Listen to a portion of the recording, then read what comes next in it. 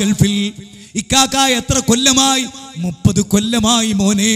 ഞാൻ ഏറ്റവും കൂടുതൽ ഓർത്ത് കരഞ്ഞിട്ടുള്ള ഒരേ ഒരു വിഭാഗമുണ്ട്, അത് ഗൾഫുകാരാണ്.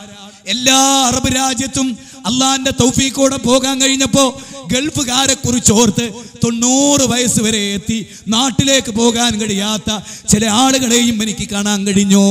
60 കഴിഞ്ഞവരെ, 69 കഴിഞ്ഞവരെ ഇക്കാക്ക നാട്ടിലേക്ക് പോകുന്നില്ലേ? ഇല്ല മോനെ, 4 പെൺകുട്ടിയായിരുന്നു, കെട്ടിച്ചയക്കാനുള്ള ഭാരം.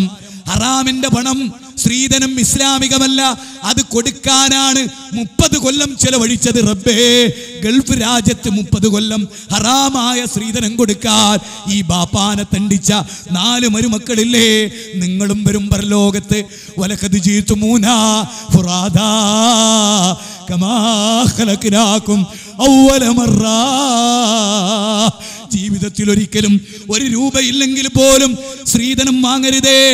പലിശക്കാരനായി പോയത് അമ്മോശൻ, നിന്റെ അമ്മോശൻ, നിന്റെ ഭാര്യയുടെ അമ്മോശൻ കെട്ടിത്തൂങ്ങി മരിച്ചത് നിനക്ക് സ്ത്രീധനം തന്നതിന്റെ പേരിലാ.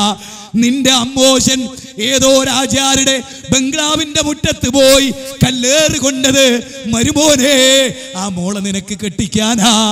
റിജാലു ഖവ്വാമൂന അലൻ നിസാഇ ബിമാ ഫളലല്ലാഹു ബഅദഹും അലാ ബഅദിൻ വബിമാ അൻഫഖൂ.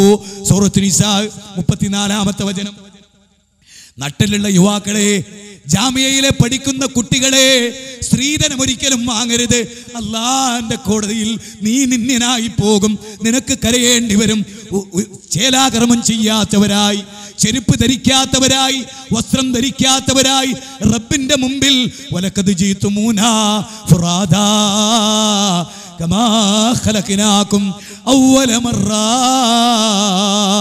ഒറ്റക്കൊറ്റക്ക്, ഉമ്മയില്ലാതെ, ഉമ്മ പ്രസവിച്ച പോലെ അവിടെ ചെന്ന് നിൽക്കേണ്ടി വരും. 6-ാം അധ്യായം 94-ാമത്തെ വചനം പറഞ്ഞിടത്തേക്ക് മടങ്ങിപ്പോവുകയാ.